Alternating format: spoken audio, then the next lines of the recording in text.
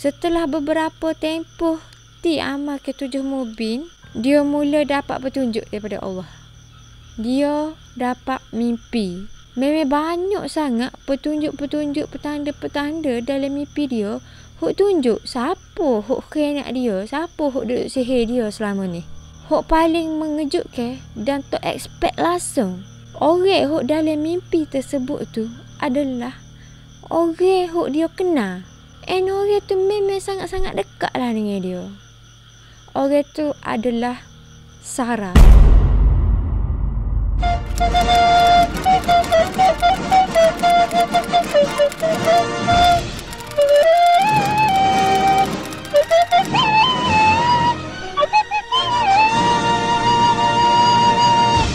Hai kepada korang yang tengah tengok video ni, sila tinggalkan jejak korang dengan komen hadir dari mana right now in the comment section below. Terima kasih.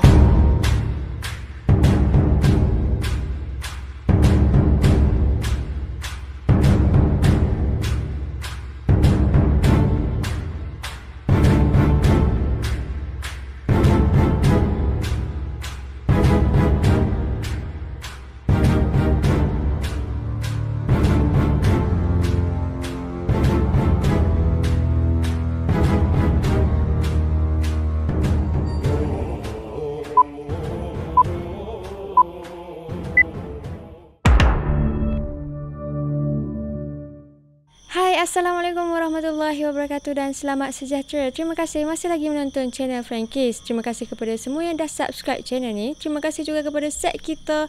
Dan terima kasih kepada semua penyumbang super thanks. Sumbangan anda amatlah kami hargai. In previous video, Nini ada cerita pasal seorang yang bernama T. Dia kena sihir. At the end of the video, rupa-rupanya dia disihir oleh saing dia. Jadi hari ni nak sambung cerita tu. Kita nak rungkai macam mana T ni boleh tahu tu adalah perbuatan keji saing dia. By the way, sebelum gapo-gapo, minta tolong belanja like. Nak request 1k like je. Please. Tekan like selalu, tekan deh. Nanti tak ingat. Macam biasa ni nak bercerita dalam dialek Kelantan. So anyone who tak faham, korang boleh tekan CC dekat atas ni ataupun dekat bawah ni. Sebab kami ada sediakan subtitle dalam bahasa Melayu standard. Tanpa lengah-lengah lagi, jomlah kita terus masuk ke cerita dah. On count of 3, 2, 1. Kita straight to the point, no kona-kona. Saing T hok buat sihir Koti ni adalah saing baik dia sendiri bernama Sarah. Siapa Sarah ni? Sarah ni best friend T lah. Nak oyaknya dia orang ni punya kamcing adalah since dia orang kecil lagi. Daripada sebelum tadika lagi, dia orang ni duk saing. Masuk tadika sekali, sekolah rendah sekali. Gaya-gaya pula ayah ni. Sekolah rendah sekali, sekolah menengah pun sekali. Lepas tu SPM sekali. Sudah habis SPM, gilah kerja luar negeri pun sekali. Macam ni ayat dekat Pak Wan. Dia orang ni balik kampung mula time PKP. Bila balik tu kak, Sarah ni tak ada kerja. T pula alhamdulillah masih boleh teruskan kerja, tapi kerja dengan orang lain dah lah kan. Nak pendek kau cerita, pada tahun 2020 hujung tahun gitu, Sarah ni adalah selisih pihak sikit dengan T. Katanya T, hal tu adalah hal remeh-temeh je, benda kecil je. Pelik lah kalau si Sarah ni nak buat benda tu jadi koden dia. Jadi lepas pada tu lah, dia orang ni start tak kontak. Dan Sarah pula dah. T pula mempunyai tanda-tanda kena sihir. Memang dia start sakit selepas pada dia orang ni baloh tu. Berbalik kepada poin asal video kedua ni adalah lagu mana T ni tahu Sarah sihir dia. T ni dia dapat petunjuk daripada mimpi. Kini kata dia amal ke-7 Mubin dengan ayat-ayat pelindung lain dia. Start daripada tu Allah bagi petunjuk. Allah bagi mimpi back to back. Mimpi pertama adalah masa tu T ni berada pada satu tempat yang sangat kotor. Dah lah kotor. Kubel ember pula tu bersepuh bagi-bagi. Dekat situ bukan T duduk sore. Ti nampak ada Sarah dan beberapa orang lagi. Masa tu Sarah duduk tenung ti. Memang dia renung dengan renungan yang tajam. Muka dia sangat bengis, macam marah doh ke ti. Lepas tu mimpi kedua pula. Dalam mimpi kedua ni, ti mimpi situasi berada dalam rumah Sarah. Masa tu kedudukan T-nya adalah depan pintu rumah Sarah. Manakala Sarah duduk dalam rumah dia. POV T adalah T tengok Sarah ni dalam keadaan macam orang gila. Sebabnya duduk ngamuk-ngamuk, marah-marah. Tapi apa dia ngamuk dengan marah tu? T nampak dia macam tengah menahan sakit. Dan dia tengah marah kepada tukang sihir hok dia upah. Ataupun Tok Bomo hok dia upah. Kemungkinan sihir hok dia atas tu balik ke dia sendiri. Lepas pada mimpi kedua ni, T macam jolok kau ni. Boleh percaya kau mimpi ni. Kau mainan tidur je pun. Tapi selepas itu dia dapat pula mimpi seterusnya, iaitu mimpi ketiga. Dalam mimpi ketiga situasinya adalah POV. T tak nampak diri T sendiri, tapi dia mata yang melihat. Dia tengok Sarah duduk dalam satu tempat yang sangat gelap. Ada lilin. Lepas tu di sekeliling Sarah tu penuh dengan sharp tools ataupun benda-benda tajam. Contohnya pisau, paku, jarum. Banyaklah benda-benda tajam, kaca, apa ada belakang. Lepas tu Sarah tu duduk tengah-tengah tu, dia tengah macam buat ritual, macam duduk tengah baca mantra, jampi, duduk tengah bomo lah senang cerita. Selepas mimpi ni lah, T macam ada satu kepercayaan ataupun sedikit keyakinan bahawasanya ni adalah petunjuk daripada Allah. Ni bukan kata mainan tidur. Sehinggalah ada satu masa tu, T mimpi, iaitu dia mimpi Sarah ni sakit, tengah azab sakit. Bukan setakat Sarah seorang yang sakit, tapi termasuklah Abang Sarah, Umi Sarah dan juga Sarah sendiri. Tiga beranak ni dia berpakat tau dok untuk santau T. Sampailah satu hari tu mama kepada T ni juga dapat mimpi. Dalam mimpi tu Umi Sarah mari jumpa mak. Dia mari jumpa minta maaf dengan keadaan dia tengah azab sakit juga. Muka dia pucat sangat, kuku cekung, nampaklah orang macam orang sakit ke. Dia minta maaf sangat dengan mati ni. Mimpi-mimpi hok ni sebut-sebut tadi tu adalah semasa dia duduk kampung. Dia tak ada pergi jauh lagi. Walaupun mak kepada T dapat alamat, dapat mimpi hok kata dia orang ni sakit, T sendiri dapat mimpi hok Sarah ni sakit, tapi T percaya. T tahu Sarah tak insaf lagi. Dia ni jenis orang pedas. Dia akan buat sesuatu tu siapalah dia boleh gapo dia nak. T percaya, T tahu. Walaupun dia sakit dah, makan diri benda tu, T tahu Sarah akan atas lagi, akan buat lagi koti. Oh, deras sikit lah orang duduk baca, duduk maya. Nak oyaknya selama kejadian mimpi-mimpi duduk kampung semua tu, selama tu mimpi T ni semua ada muka Sarah, ada muka family Sarah. Jadi di situ dia kata nak percaya, nak tak percaya tu macam perak. Dah banyak sangat ada petunjuk, dia tak percaya lagi, tak boleh husnuzon lagi. Tu mainan tidur, sayang aku tak buat dah. Tak boleh lah. Sebabnya ustaz tu ada pesan, kalau nak tahu siapa buat koti, amalkan 7 mubin. Jadi inilah the power of 7 mubin. Dapat mimpi pula bukan dalam masa seminggu, 2 minggu, dok bertahun-tahun duduk mimpi pasal Sarah ni. Jadi lepas pada T dapat mimpi-mimpi tu, maka tahulah T orang hok sihir ke dia selama ni adalah saing baik dia sendiri, hok berkawan sejak kecil lagi. Hok kecil sama-sama, hok besar sama-sama.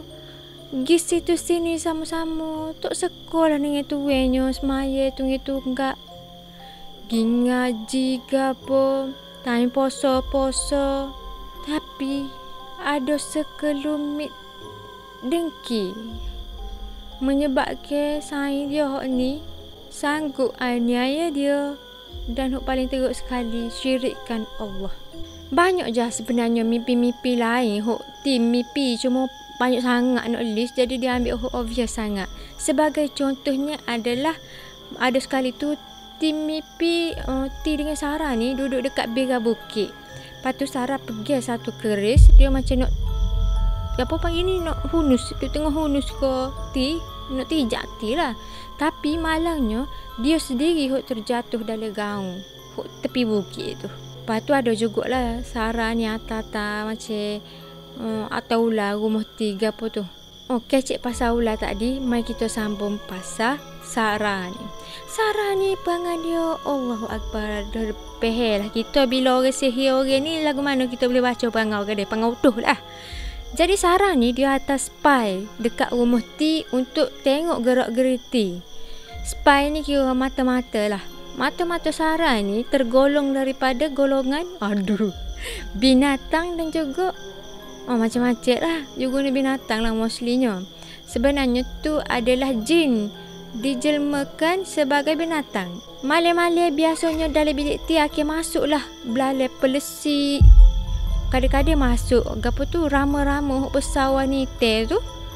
Lepas tu ada masuk cicuk. Tapi kat cicuk tu tak sama dengan cicuk standard. Duduk ramai-ramai duk main dekat atas bumbung rumah kita ni duk.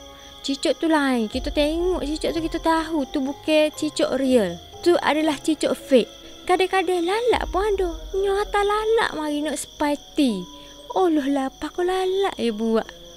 Tapi kat semua benda-benda ni, cicuk lalak belalai pesik gapo semua tu, kita katanya T lah deh.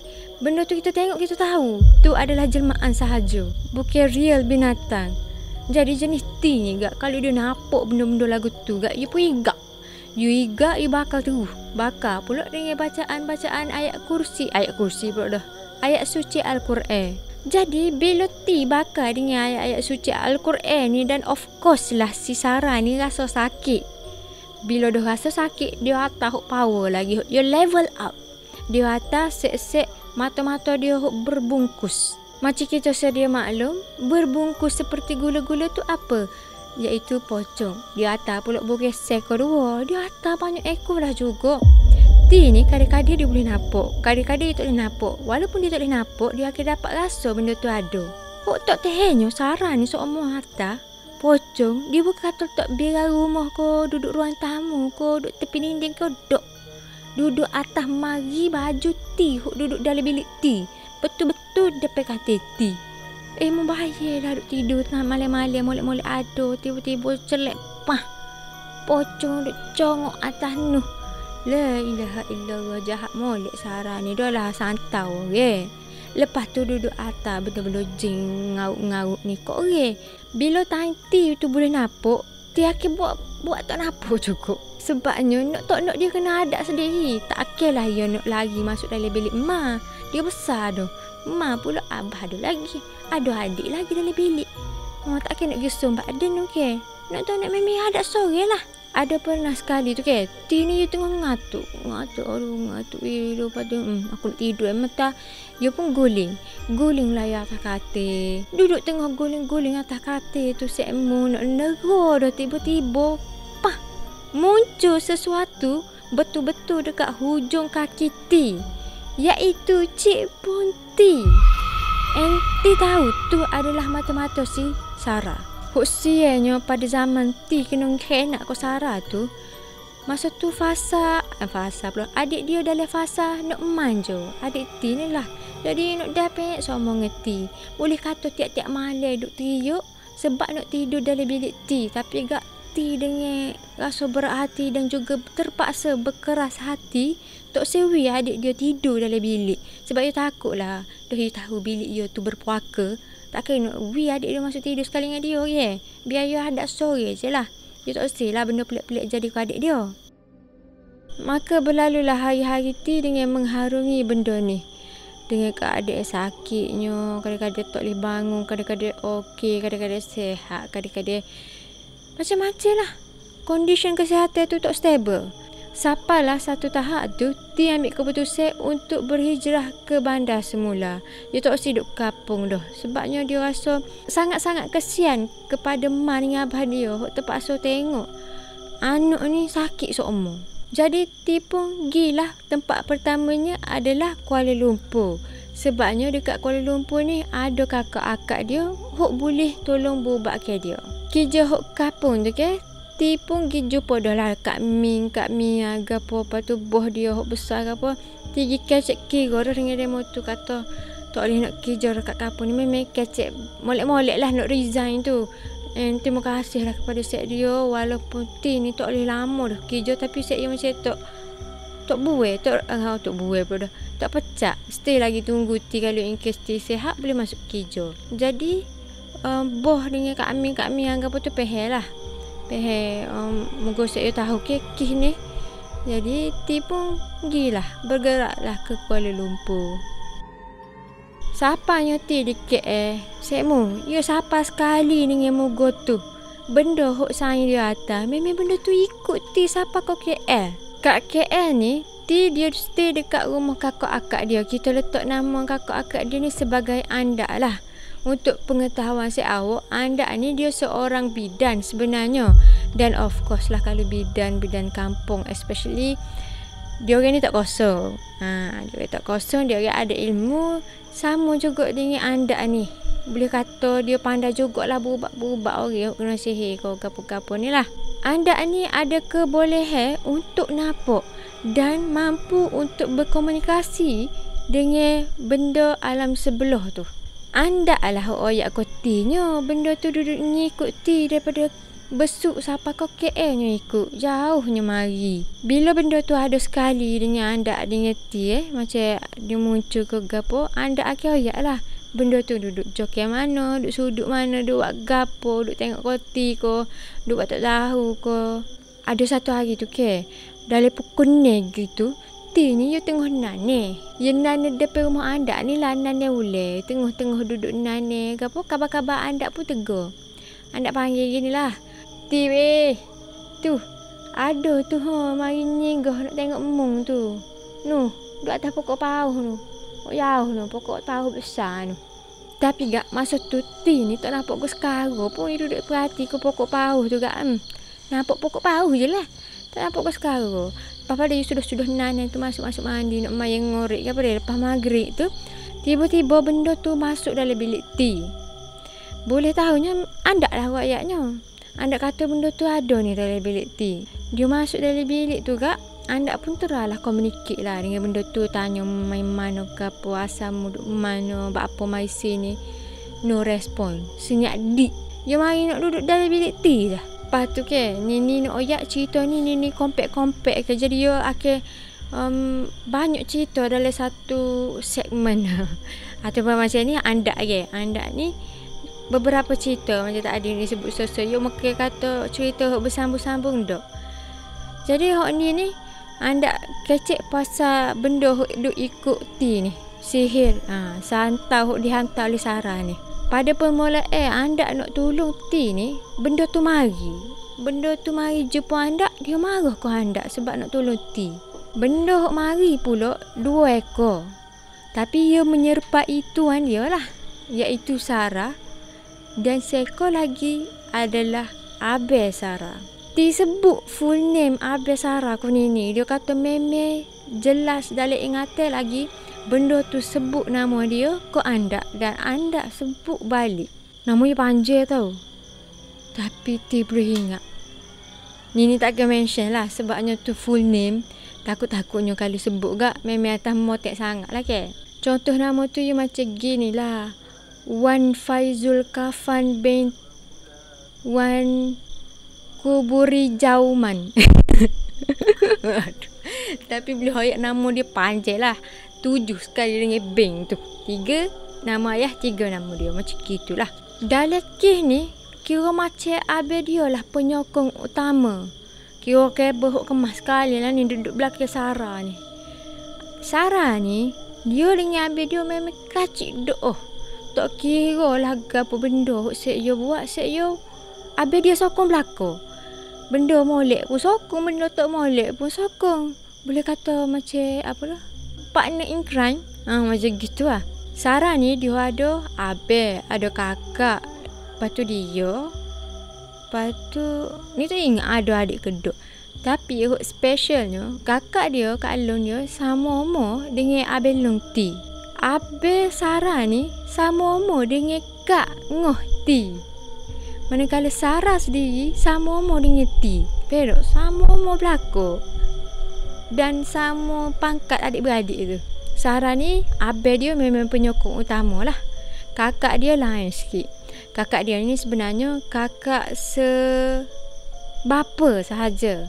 Jadi mak kakak dia ni cerang dengan ayah Sarah. Kemudian nikah dengan Umi Sarah. Jadi Umi Sarah lah duk pera kakak Sarah ni yang kita kata Kak Along lah. Kak Along siapa aku besar. Lepas pada Kak Along besar tu, Kak Along pun nikah lalu pergi duk KB.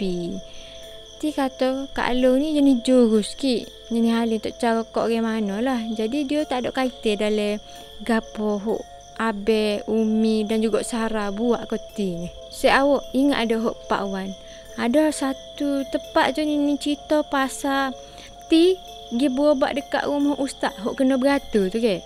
Masa tu T pakai baju muslimah, lepas tu tubik benda, tubik kaca dengan miang buluh tau. Situ anda oyak koti benda tu mari mana. Sarah ni dia guna tok bomo hok duduk dekat pedalaman tu. Memang jauh sangat. Duduk dalam kawasan Kebun Getah.